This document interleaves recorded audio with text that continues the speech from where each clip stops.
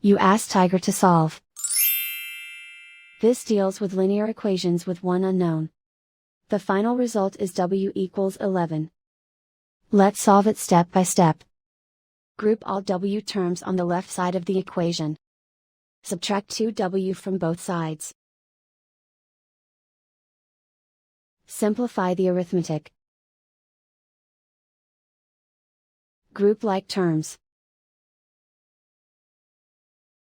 Simplify the arithmetic.